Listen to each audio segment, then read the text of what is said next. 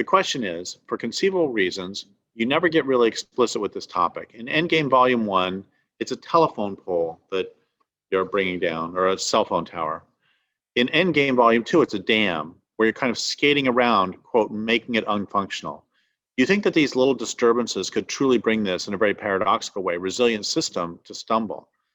No, I don't think that taking out a cell phone tower or taking out a dam would significantly impair the system. I think that the reason to take out a dam is to liberate that particular river. That will not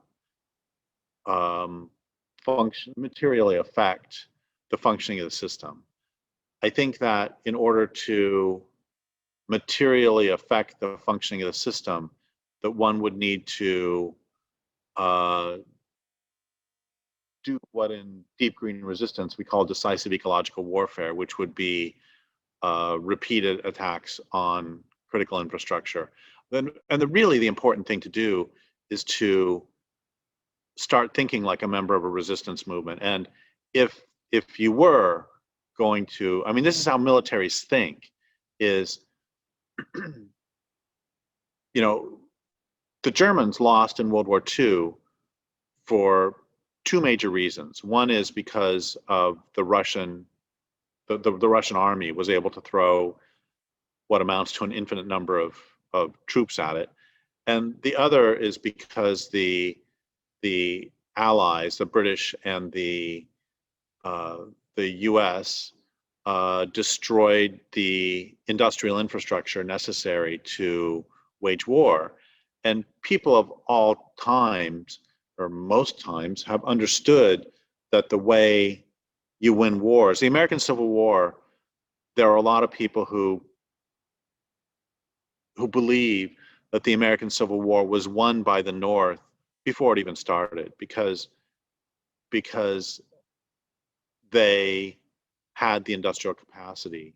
And the same with Japan in World War II, that Japan basically lost the war at Pearl Harbor, or lost the war before Pearl Harbor. Japan lost the war when the United States started blockading the oil. The point is that if we want to stop this culture's war on the natural world, we need to start thinking like members of a resistance or members of an Earth army, that how do you destroy industrial civilization's capacity to wage war on the living planet?